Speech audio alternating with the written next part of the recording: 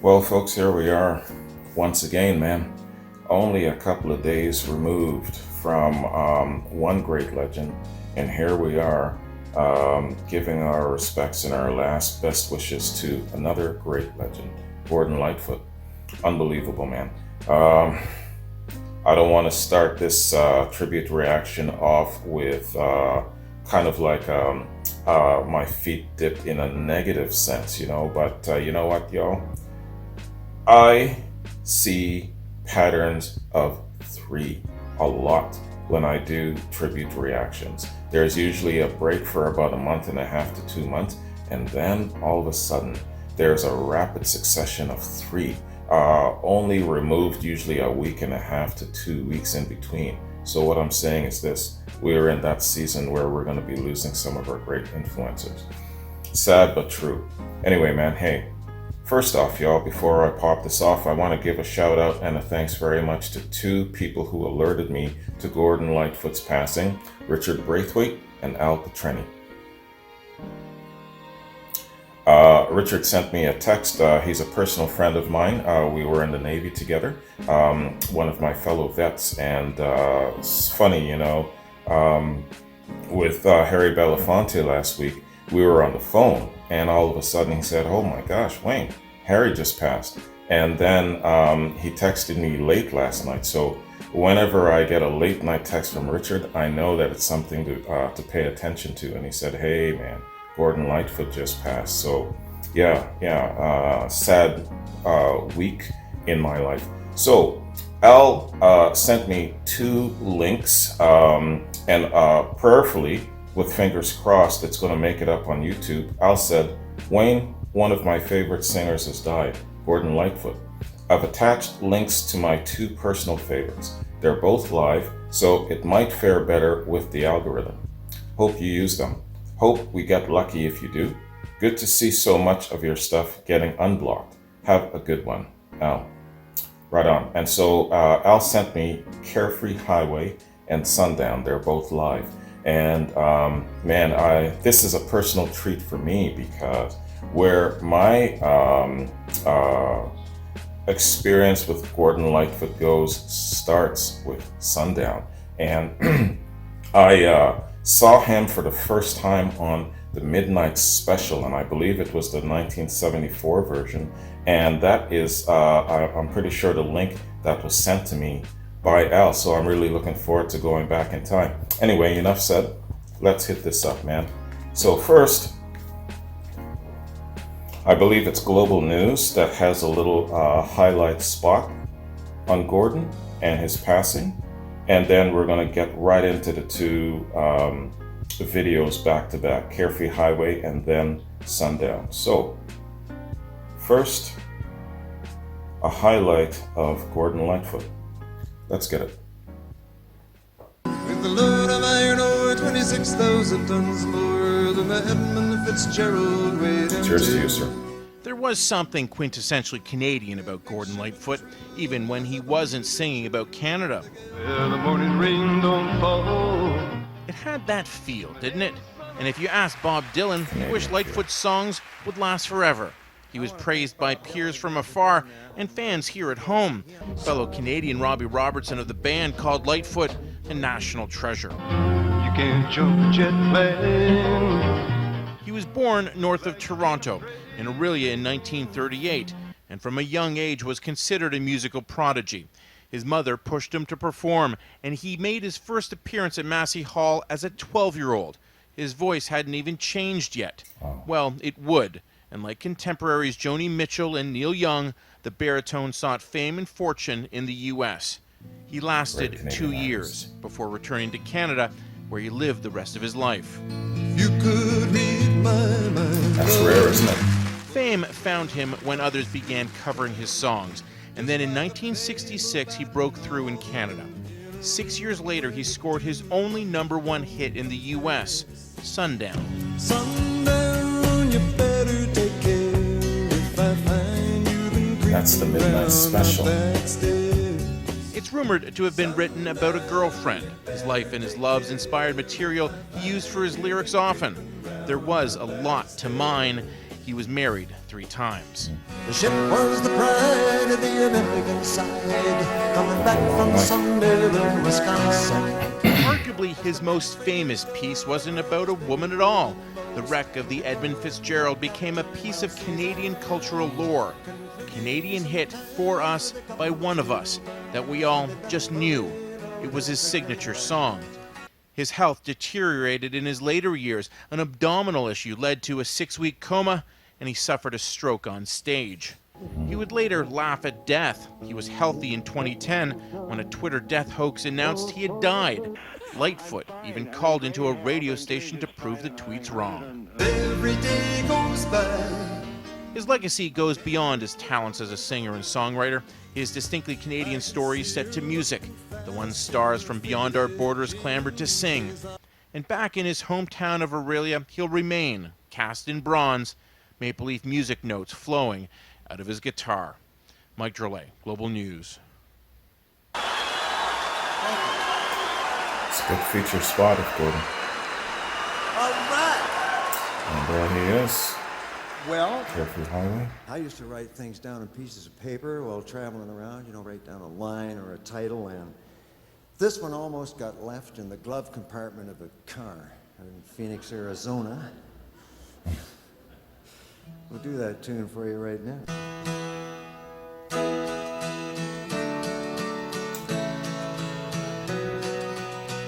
I think the Arizona highways. Lots of time to think. I wonder how the old folks are tonight. Her name was Anne, and I'll be damned if I recall her face. She lived me not knowing what to do.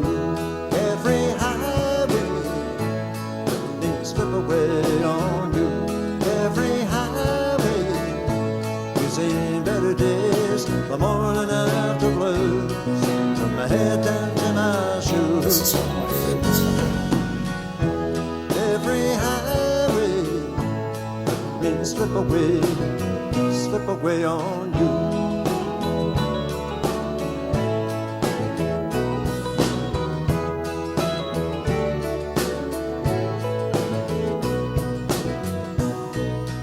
Turning back the pages through time for the best.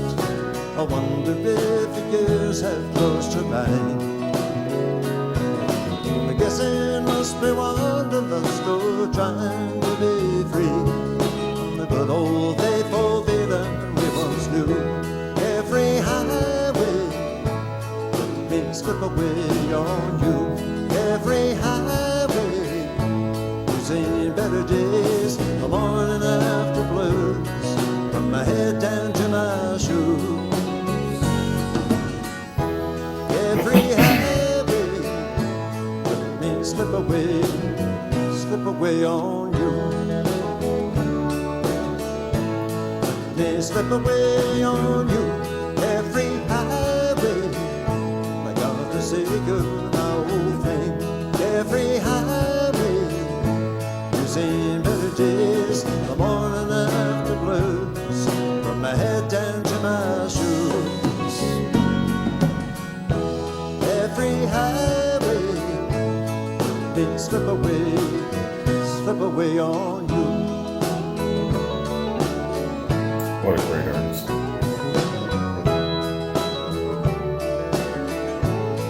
era of the songwriters. That's all you needed right there. A person and their guitar. Great magic. Nice. Nice shot at the crowd. Excellent. Oh, here it is.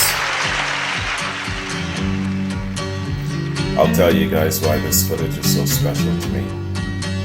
I can see her lying back in a satin dress, in a room where you do what you don't confess. Sundown, you better take care if I find you've been creeping round my back stairs. Sundown, you better take care if I find you've been creeping round my back stairs. She's been been looking like the queen in a sailor's dream, and she don't always say what she really means.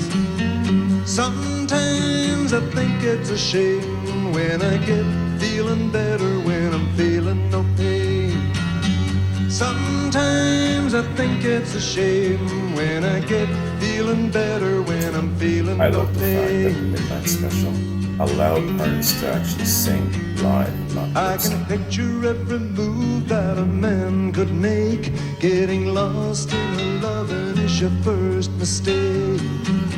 Sundown, you better take care if I find you've been creeping round my back stairs. Sometimes I think it's a sin when I feel like I'm winning when I'm losing again.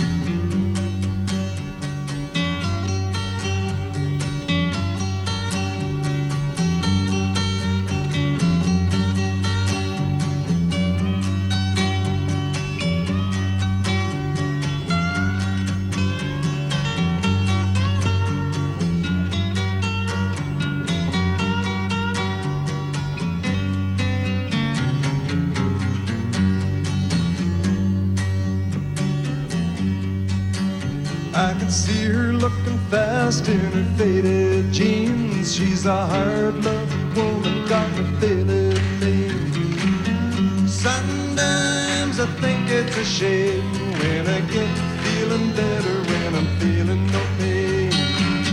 Sundown, you better take care if I find you've been creeping I remember round looking my up at back my dad stairs. and saying to him, Sundown, you better how take is it that the care crowd all of if I a sudden find started you've been clapping? creeping round my back It's as if they were stairs. clapping on cue or something. Sometimes I think it's a sin when I feel I was like I'm 10. winning when I'm losing again.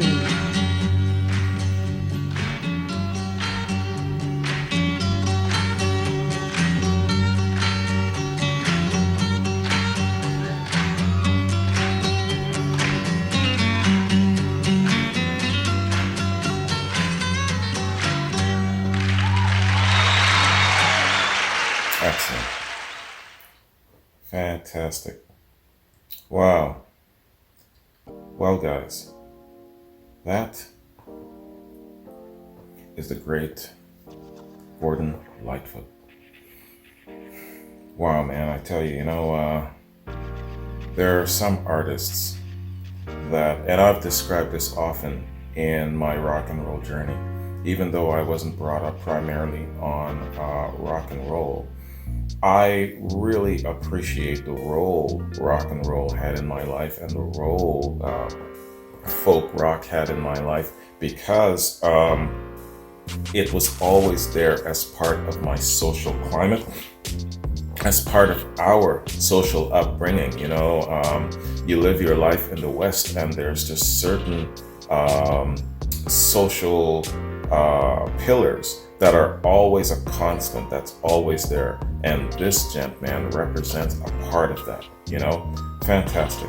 What a great, great artist. And he comes back from those great creative times, that creative renaissance I talk about, where you've got the magic of just a great artist connecting to his life, singing about his life.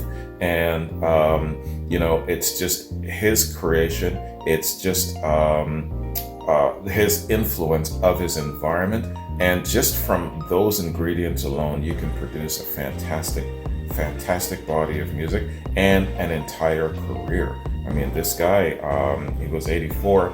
He basically started from the time he was young all the way through performing. If not creating music, he was performing it. So, wow, what a really excellent example of how far you can go if you stick to your vision, if you embody the essence of being a proud creator of music and a performer, and if you just follow your damn bliss, follow your bliss. I'm not going to get into a rant about the Rock and Roll Hall of Fame or how music being produced today is just so awful because everybody is on auto-tune and all of that I won't get into all of that ranting. You know the old familiar rants from Soul Train Bro. This is a tribute reaction, so I'm going to keep it clean and keep it respectful. But yeah, man, this guy, among a lot of other great contemporaries of his time, really represents the essence of great creativity. I love that, the spice of creativity. That is what's missing. And with each passing of these great icons, I feel a hit. I feel a hit not only for myself, but also for a lot of you, especially a lot of you old cats. You know, if you're around my dad's age or even younger, I mean, my dad is as old as Gordon Lightfoot, and he came up following the works of Gordon Lightfoot. He came up listening to Dylan. He was touring all around. Whenever he wasn't in camp, when they left camp, they would hit the trail and they would go and check out guys like these. So whenever a certain artist passes, man, I feel it for him because I know the pain that he's in. When Jerry Garcia died, the brother didn't speak for 3 days. That shit hits hard. You know, when you came up along the same lines, in the same era, being part of the same bug in the air, the atmosphere, it's a kindred soul connection. And so with each passing of these great artists, I can tell which ones will affect him the most. So I got to give him a phone call. Maybe I might even hop a plane, go down to Jamaica and see him. But yeah, you know, it's that impactful because it's another part of him that's leaving, you know what I mean? My pop is probably going to live for a long time now. Hats off and cheers to old man Rufus. To you, sir. Rufus is not with us anymore, but my pop is still here. And, you know, but with each passing of these great icons, you know, it's a little bit of him that dies. So I know it's my cue when to give him a call and when to go see him, type of thing. In regards to the memory of Gordon Lightfoot, this was my very first time seeing him. The midnight special, Pop came home and we were sitting on the couch in the rec room. I was the small little guy sitting next to him, and this is definitely 100% Pop's influence. You know, my mom's influence was stronger back then with the whole Soul Train and the parties and all that, but then there were moments with my pops when he brought his pod home or when he's just by himself and we're sitting. And we were sitting one time watching the midnight special, man. I remember this shit. Natalie Cole was the host, and I believe she had on like a dark brownish pink low-cut dress. Natalie was looking fine as hell. But what really caught me was Gordon's performance and the way he was singing. And I looked at Pops and I said, yo, he looks exactly what I visualized in my mind's eye, just by his delivery and the sound of his great tranquil voice. And I really liked him because he represented, just like my Pops, I saw a quiet but strong masculine force in him. And I've liked him for that ever since. And every time I listen to his music, that essence comes through. So the sound of his voice, the music he created, the subject matter he sang about, reflected in the actual embodiment of the man and how he looked and how he modeled his life. He went through the entirety of his life being a very solid masculine man and a class act. Right there, right? But let's talk about the damn music, y'all. The music. Jeez, man. Carefree Highway, Sundown, If You Could Read My Mind. Holy cow. The Wreck of the Edmund Fitzgerald. That's What You Get for Loving Me. There's more. Of course, I'm forgetting a whole bunch. You know, Beautiful. So that's like a grouping of favorites, and they're all number ones to me. I can't really pick out my absolute Gordon Lightfoot favorite. There is a grouping of about 10 songs. You would have to really know the man and his music to be able to come up with a list, but I'm going to actually shoot this at you, fans of Gordon Lightfoot.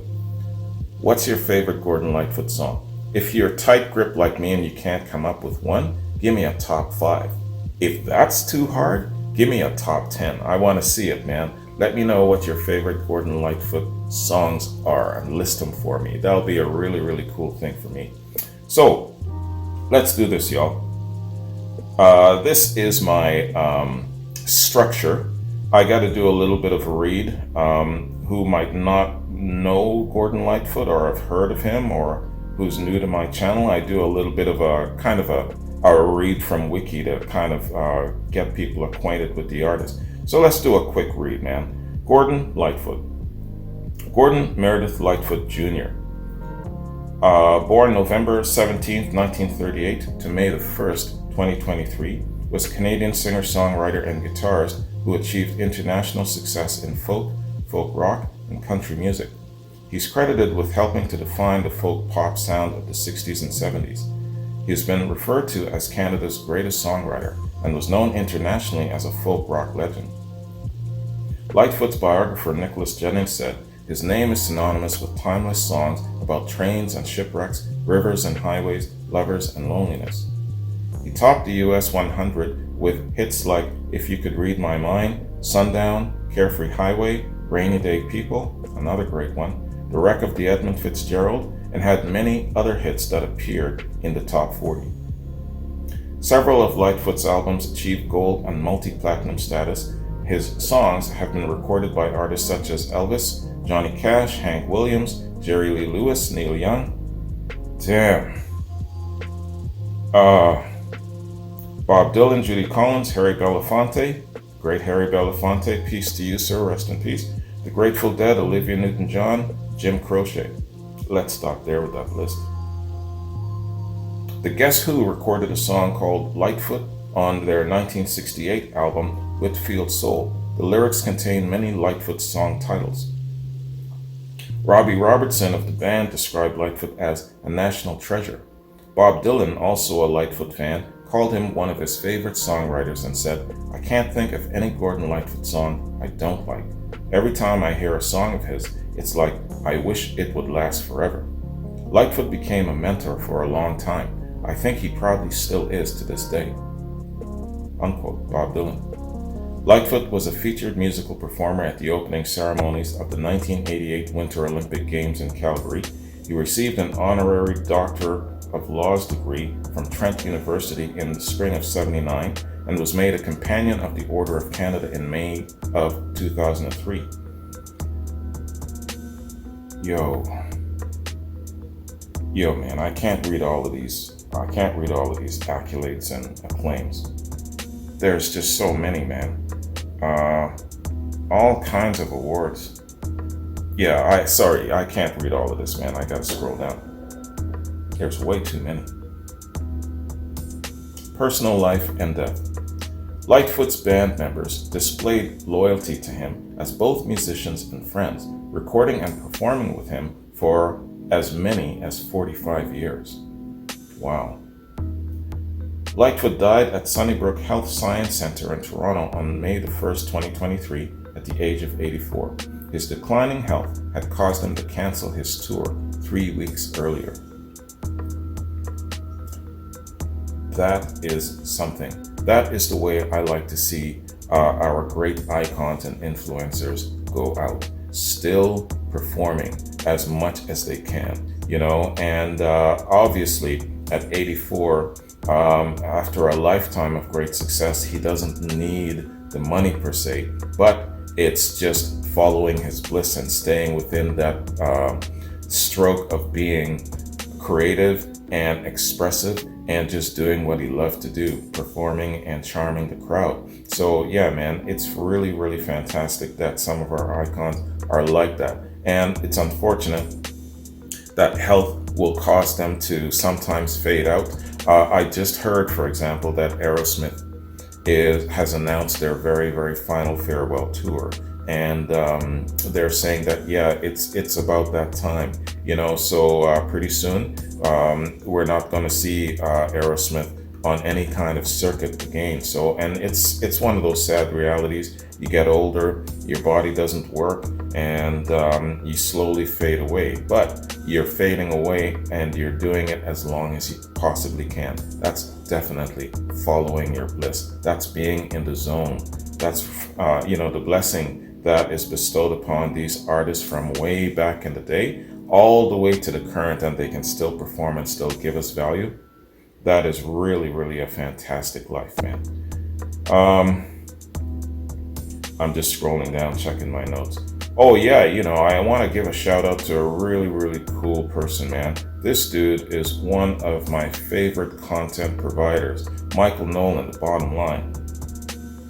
You gotta check this lad out, man. He speaks very, very well. I often speak about my channel and how I wish that I grew up in those times, how I wish that I knew about the creative bug, about the creative renaissance, and that is what's lacking in my rock and roll knowledge base. But this dude has that, right? So what you're getting from him is just a straight goods of great times in the from the yesteryear to the present and what's going on in the present. So he's got a tremendous amount of industry knowledge. And also, I got to give you props, Michael, because you speak very, very well of a lot of great artists. And even when they might not be your personal favorite, you still have something decent to say. Props to you for giving Mick Mars of Motley Crue such good coming uppins and respect. Thank you very much. Also, I really, really like your video on Syd Barrett. Syd Barrett, I tried my very, very best to get some of his content passed from the early Pink Floyd days, and the algorithm just does not allow me to share any Syd Barrett content. Piper at the Gates, I even got a copyright strike for it. So, there's just some things, some artists that just cannot be touched, and they're just not allowed onto YouTube. But in saying that too, that segues me into something different. In the past couple of weeks, without any warning at all of a sudden, a lot of the block content on my platforms, both platforms, have all of a sudden just started to get unblocked. I know that there's a lot of questions about that, but I don't have any answers for you. I don't know. What I've done in the past was I'd upload it, it would get blocked, and I would just leave it there in the algorithm, because I started to learn that sometimes the algorithm will change its mind. And it was really, really big on Led Zeppelin content. Still to this day, you guys have only seen about 3/4 of my Led Zeppelin content. The rest is locked away in the vault on Vimeo, or it's on my Patreon. But where YouTube is concerned, most of my Led Zeppelin content, a lot of you haven't seen it because it's I had to go on other platforms because YouTube is saying no. But it's weird. Without warning, and again too, they don't even alert me anymore. There used to be a time when it would get unblocked and I would be alerted, but now I actually have to physically go and check. I gotta scroll through 700 videos just to see which ones are unblocked. Oh man, it took me an entire Saturday afternoon. But you guys then saw that, all of a sudden I published the Celebration Day Led Zeppelin concert, and it had been blocked since Christmas of 2020, man. And I really wanted to share that one. It was a personal thing for me because I was looking forward to it for an entire year, and I had made a very personal promise. Shout out to you, you know who I'm talking about. And so I really wanted that, but it didn't happen for a while. And then all of a sudden, it's as if, I don't know, my patience was rewarded. Boom, within 2 days, all 4 videos got unblocked. And then a couple of other Zeppelin stuff, and then a whole bunch of other things. But it's still finicky and funny style, because I will get, like, let's say side 1 of an album and then side 2 is blocked, or vice versa. So I never know what is going to get blocked from unblocked. It's still a weird thing. But anyway, that's where I stand right now with my relationship with YouTube and its very finicky algorithm, because I don't understand. And not only on the classic rock platform, but on my Beyond Classic Rock platform. I've only got about 300 videos on there. But yeah, I'm seeing that too. Some of the block content, we're talking maybe about 15 videos, all of a sudden became unblocked. On the YouTube side, on the classic rock platform, it was about 18 videos became unblocked. So I don't have an explanation. And there's been a lot of questions lately, but I don't know what to say. It's just a weird thing. Anyway, I thought I'd give you that update. So back to the great Gordon Lightfoot. Really excellent artist, a great representation of what I believe to be a great artist and a great man, and someone who's lived his life very, very well, lived his life very fully, and has done so good. And being Canadian and sticking very, very close to the Canadian side, I remember doing my Canadian Rockers series, and I asked that question. I said, do you believe? Well, I had this impression in my mind. I said that I believe that a Canadian artist, if they had maybe traveled more, ventured out a little bit further, ventured out a little bit more, they would have probably enjoyed as much international success as other American and European artists, because, you know, the music content is just as good. And I listed a whole bunch of Canadian artists that maybe might have stuck too close to home. But hey, you know, sometimes it's just like Gordon. It's just the homeland is a piece of their heart and they can't go further. But I made that observation and I asked that question.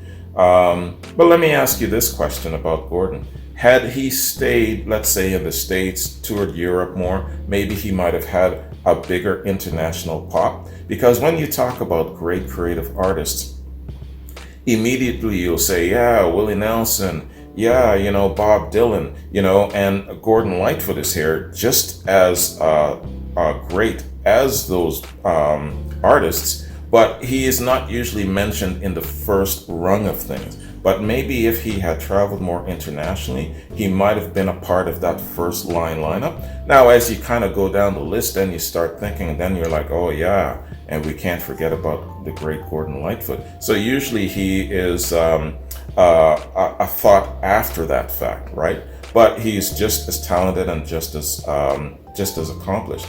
But that's just my observation. What do you think about that? It's just those little dynamics of music, the industry, geography, all of those things that shape and affect a person's perception of music and how they take it in, how they're introduced. I bet if you were to line up a whole host of people and you were to say Willie Nelson and you were to say Bob Dylan, they'd be like, yep, of course. And then some might actually struggle when you say Gordon Lightfoot. You know, that's my point, right? But all the same, all of that doesn't really matter. It's just me making observations.